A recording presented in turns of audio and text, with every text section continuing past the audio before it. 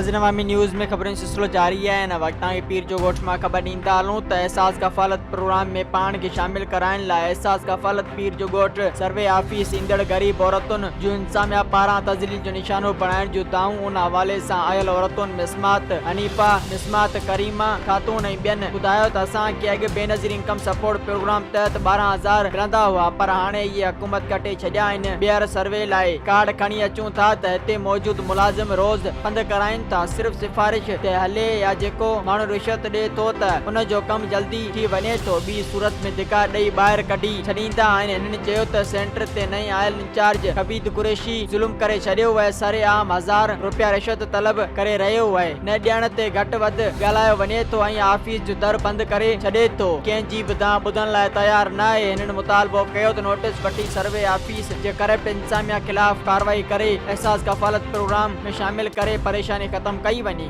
मजीद खबरों और तफसीलात के लिए विजिट करें हमारी वेबसाइट www.awamiNewsHD.com।